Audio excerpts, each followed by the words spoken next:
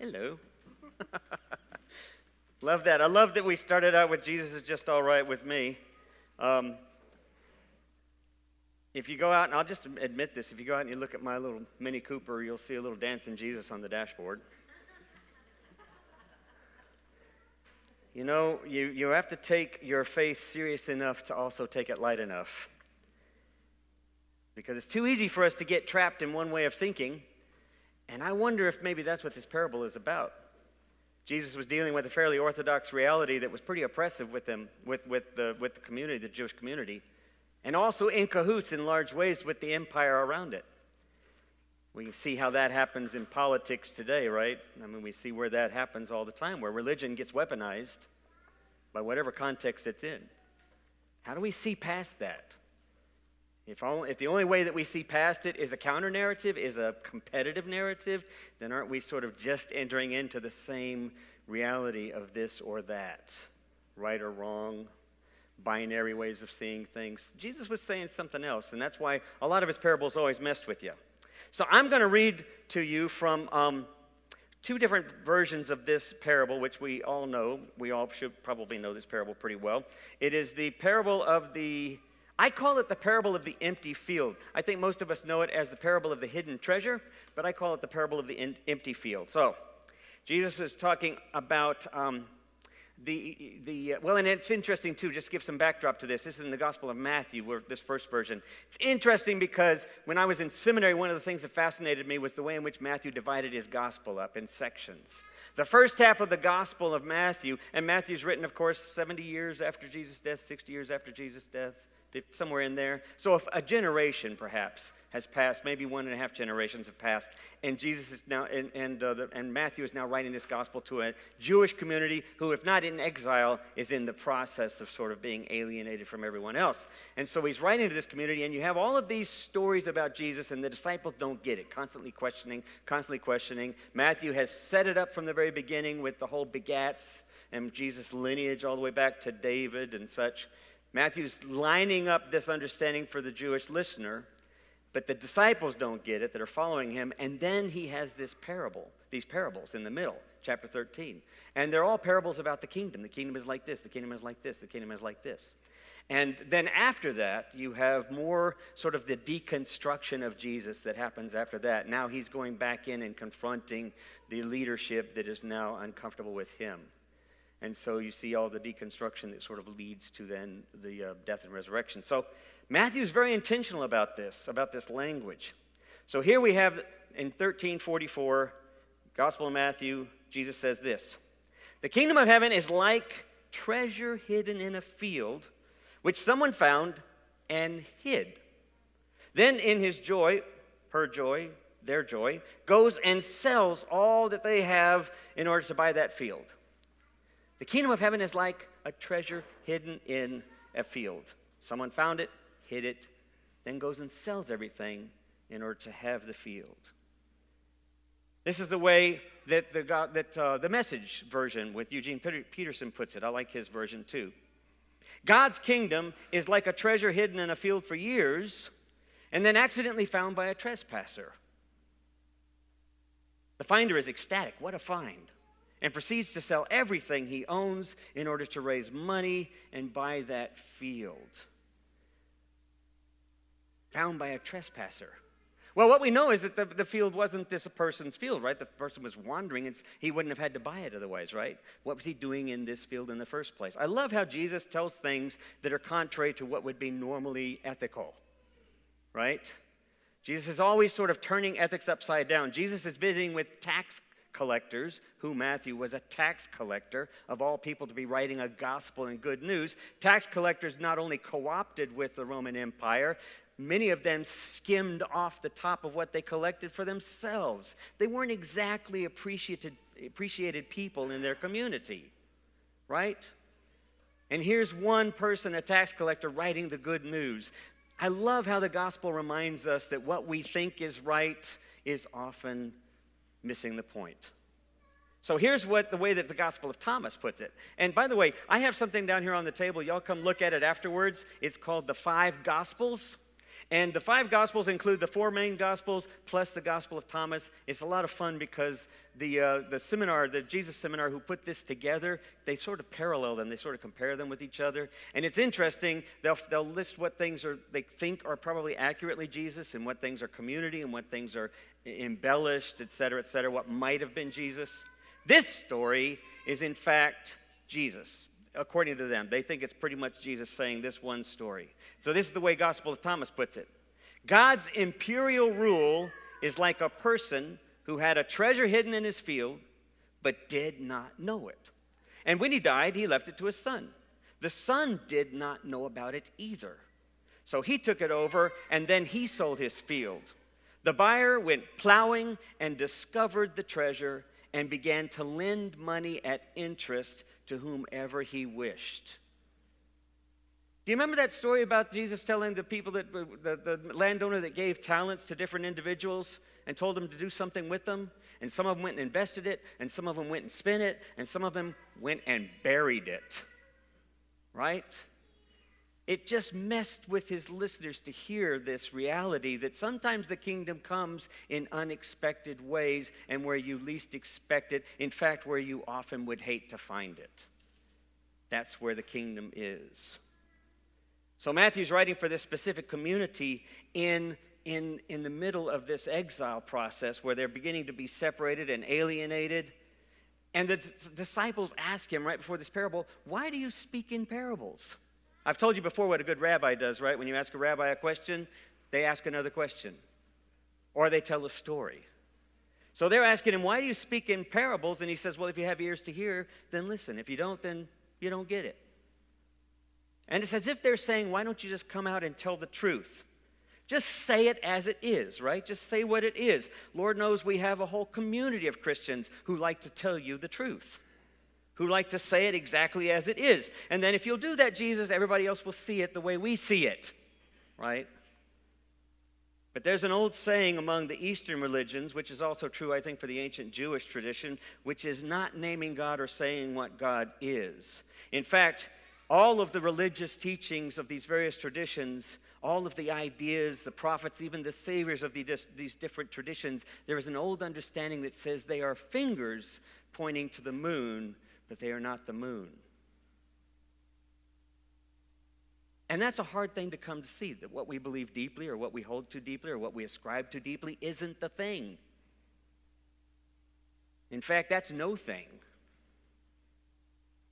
We just point to what we think is there. But you got to realize everybody else is pointing too. It's not the thing. It's just pointing towards something. And that's hard for us to put our head around because we want concrete. We want answers. We want things to be black and white. So a couple of quick things about parables. First of all, parables are metaphors, right? They're not meant to be literal, logical stories. They're meant to be mystical stories. And they point to a truth, to a wisdom that is outside conventional understanding. So, for example, the kingdom of God. It took me years as a seminary student and a post-seminary student to somehow finally come to the realization that Jesus didn't speak Greek. Now you might think, well, duh, I've been hearing that all my life growing up in the church or listening to others. Jesus didn't speak Greek, right? The New Testament is written in Greek. The Greek interpreters of the New Testament took whatever word Jesus said in Aramaic and turned it into kingdom, empire. But that's not what Jesus said. Now, we don't know exactly what Jesus said, but scholars generally assume that if you look at how Jesus lived, he wasn't talking about empire. He tended to turn empire on its head, right? He tended to put the bottom at the top.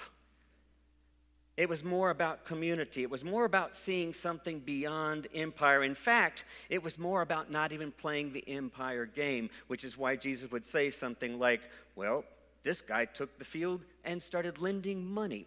Money lenders were despised in Jewish tradition. Or he would say, well, this woman took leaven and she put it in the bread. No Jew would put leaven in bread. They ate unleavened bread. Or he would say, or you had the stories of Jacob who stole his brother's birthright and he became the one chosen by God. You see how the gospel, the message, the sacred message of these texts, as it speaks to the unexpected. So we think in terms of this reality, not in terms of kingdom, but in terms of community. Because that's what Jesus was about, was a way in which we let go of self and connect with others. The other thing in which he talks about here is got treasure. Now, treasure in Jewish tradition is typically about wisdom. So whenever you find treasure, you're really finding wisdom. If you look in Proverbs, you speak of wisdom as the treasure within. And then finally, I love this, the idea of an empty field, which is why I wanted Jakey to read that wonderful story about the cat and the dog and the gift of nothing. It's a great little picture book. If you haven't read it, you should check it out. It's a lot of fun. But the idea that something that's empty has something. The challenge for us as Westerners, as Western-oriented people, as Greek-rooted people, is to stop seeing things as distinct, as separate, but to begin seeing things as interconnected. And that's a difficult challenge for us. But what we come to realize, that if we look at the Old Testament and the ancient Jewish understanding of where God is, that God is in all things, that God is everything, that God is unnameable, that God is mystery, that everything is holy now, the challenge for us is to see then that nothing is in fact empty. And one of the things that I've been saying in here for so long, that it's so hard to get our heads around sometimes, is that if nothing is empty, then everything is redemptive. Every moment is redemptive. The challenge is for us to step out of our disagreement, to step out of our opinion, to step out of our way of seeing things in order to see something else that is there in order to redeem that moment. Are you following what I'm saying? How hard that is to do? I mean, we get so easily mad at whatever comes around, right? We get so impatient. It broke against, it confronted our comfort zone. I was sitting at dinner the other night in a very nice place. I won't name the country club, but a nice place, a celebration. It was a beautiful celebration. I sat down next to someone who was from a completely different part of Texas from me.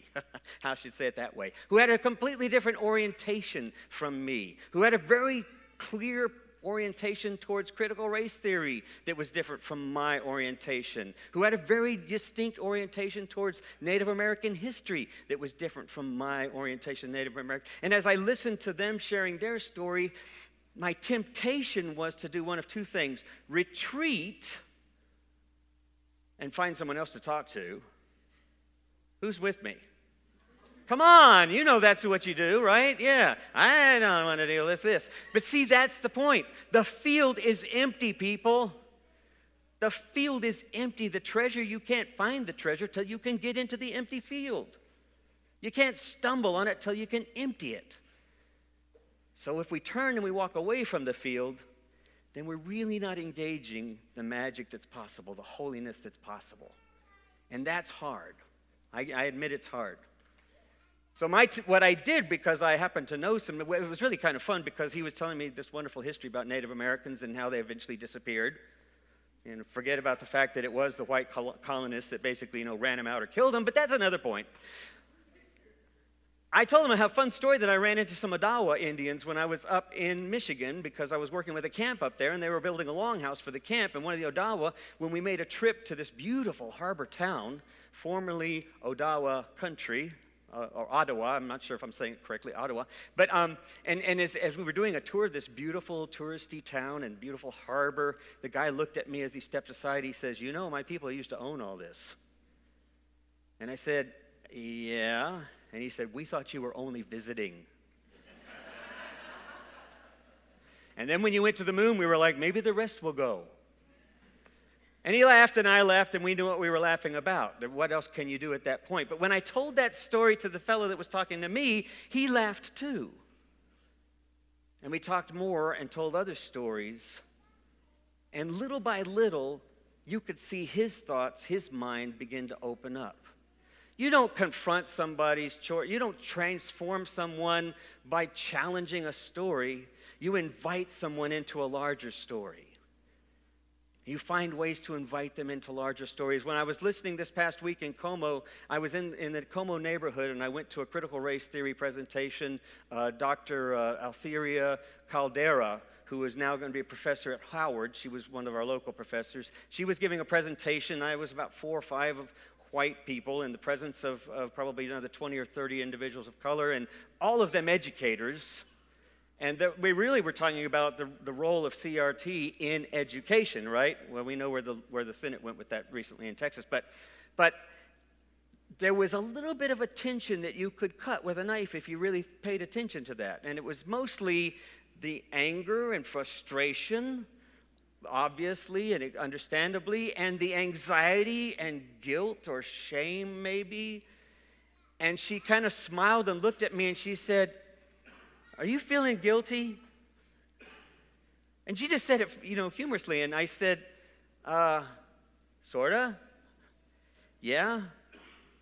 And I asked her, how do you approach that? Because she got to this point and she said, it's not about shame and guilt, because as Martin Luther King said, as we all recognize, as science reminds us, we're all in this together. We don't come to realize what's oppressive and unoppressive and how it affects all of us in the long run, and some of us in the short run. But the only way we get there is if we ask questions, right? If we start to understand and to critique our own viewpoints, our own experience. If we start hearing another story. And she told the story of the integration in Fort Worth, which took place about 10 years or so later. Then it was finally, approved by Congress. And when it did take place, I was going into high school at Arlington Heights. Como High School, a wonderful historic high school, was forcibly shut down, and all of the Como students were moved to Arlington Heights or to Eastern Hills, Western Hills. I remember that. I remember the tension. I remember the anger that we felt having to have them in our community. You know what I didn't remember? I didn't remember how they lost their whole identity. I didn't remember how they lost their community. I didn't remember how, when that school shut down, the neighborhood, the community began to deteriorate little by little. And it's now been in the process of rebuilding.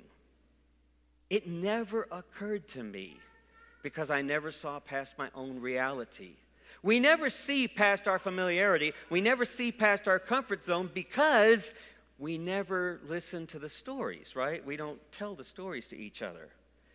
We don't listen to where people are coming from. And what she had reminded me was that once we can begin to tell stories, to share stories, to listen to stories, we can begin then to hear ourselves more clearly and hear one another more clearly. When we do that, we begin to find something where we thought there was nothing. You know what I'm saying? Have you had that experience where you've talked to someone you least expected to find a connection with, and then suddenly found a connection that redeemed the moment, that changed everything? I want to take a quick thought here real fast before I finish up, and I want to talk about what we know and what you think you know. My father-in-law, who was a scientist, and he was an amateur physicist, he was an aerodynamic scientist with General Dynamics at the time, now Lockheed. One of the things that he always told me as a young kid, because I was dating Linda as a young kid. We've known each other forever. But one of the things he said to me, he said, the interesting thing about science is that the more you know, the more you learn, it just raises more questions. And he said, that's what's fun about it. You're not looking for certainty. You just discover things, and then you want to know more. What's next? What am I not seeing? And I heard recently someone describe it in this way. You see if this makes sense to you. Einstein said this too, because he said, the more I learn, the more I realize how much I don't know. If you take a quarter, or I guess that's more like a silver dollar, if you take a silver dollar, and you think about what you know in the context of a silver dollar, say when you're young, hopefully not now, but say when you have that kind of knowledge, right? If you take, and you sort of take the radius of that, you're looking essentially at the limits of your knowledge. About that much, say, for example, taking the silver dollar. You have that limitation. And then if you look at the outside, if you're actually thinking about what you don't know, which most of us don't, or speaking universally, most of us don't think about what we don't know. We think about what we know. That's about it. Now, because of life experience, because you get older, because you are curious, and you're doing your spiritual exercises and your work, and you're questioning and you're seeking, and you start learning more, let's say now you know about as much as a basketball size, right? Because now you've grown. Or maybe like Richard Rohr, you've entered into that second half of spirituality because of some experience, some crisis has opened up what you didn't know before. And then you take that radius, and now the limit of your knowledge is maybe about this much, about half that distance of the basketball's diameter. But here's what's interesting. Look at the surface of the basketball.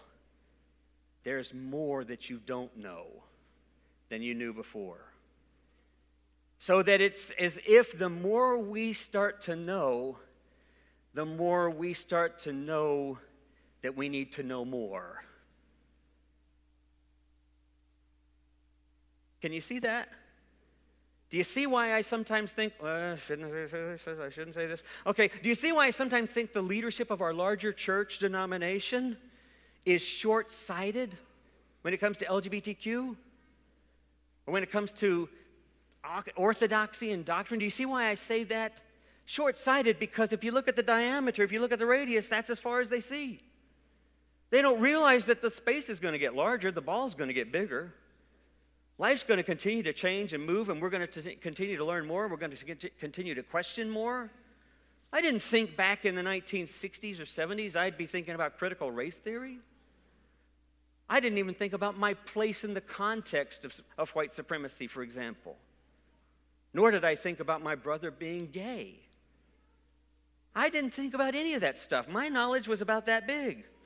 That was the limit. That's what I understood. Those were the facts. But the more we learn, the more we realize the facts are even more mysterious. That's our spiritual practice.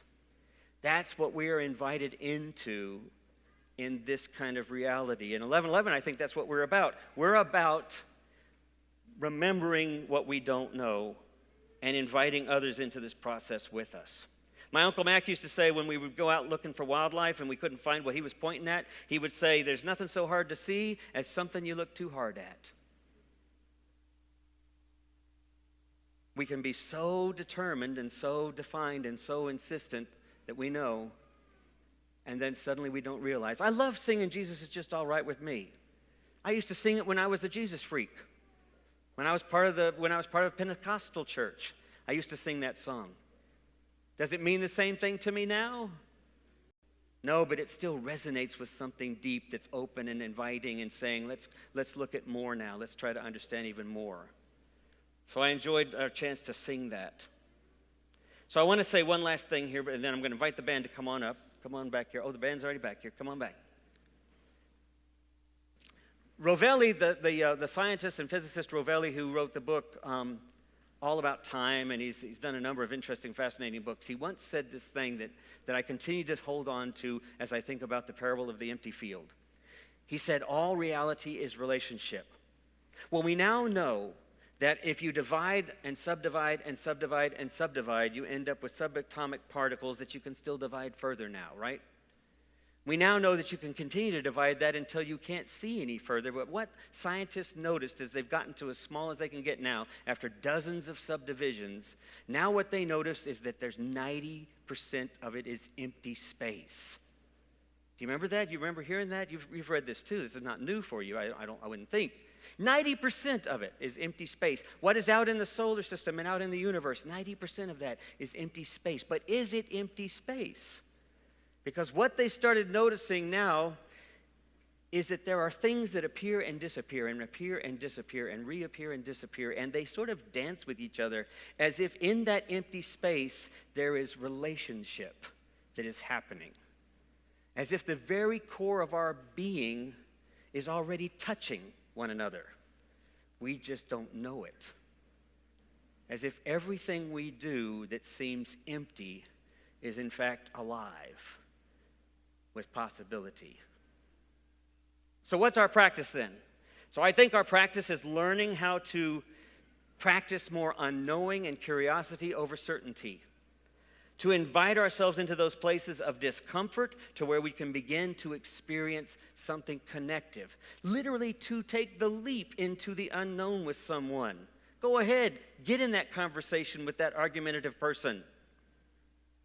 Just practice the Aikido technique of letting that go by until you can find that place to throw something in there that is inviting, not competitive, not counter, but inviting.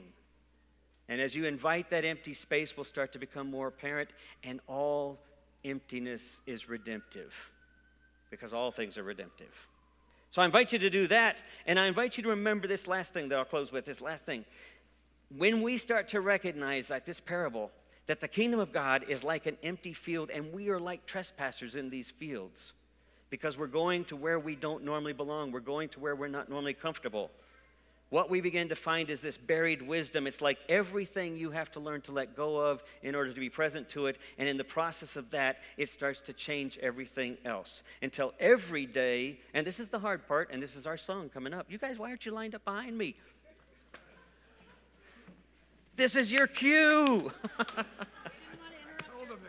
This thing. Now I got to start the whole sermon over. When you recognize that every moment we walk into is empty because there's nothing there, because it's already here.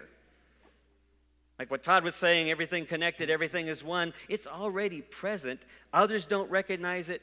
We have to practice to remember it. But when we do that, every moment, every day becomes an opportunity to make that moment and day a good day for others. Amen.